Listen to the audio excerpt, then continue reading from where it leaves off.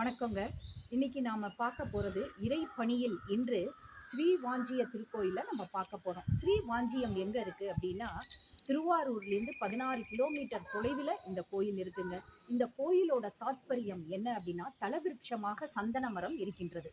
இதனுடைய அம்பிகை யாரு அப்படின்னா, மங்களாம்பிகை சமேத வாஞ்சிநாதேஸ்வரர் இருக்காரு. இங்க சித்திரகுப்தர், தர்மகுப்தரும் இருக்கார். ராகுகேது பயிற்சிக்காக ராகுகேது பயிற்சியும் இருக்காங்க. பரிகார ஸ்தலமாகவும் இங்க இருக்காங்க. இரண்டாவதாக இங்க உள்ள நதியில கார்த்திகை மாதம் ஞாயிற்றுக்கிழமையில கங்கா நதி வராங்க இங்க உள்ள குளத்துல. அதுதாங்க இந்த ஊர்ல இந்த கோயிலோட முக்கியமான தாத்பரியமாக இருக்கின்றது.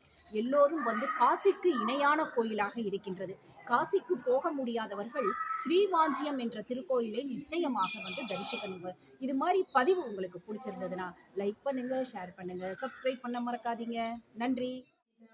नमस्तस्यै नमस्तस्यै नमस्तस्यै नमो नमः। या देवी सर्वभूतेषु बुद्धिरूपेण संस्थिता। नमस्तस्यै नमस्तस्यै नमस्तस्यै नमो नमः।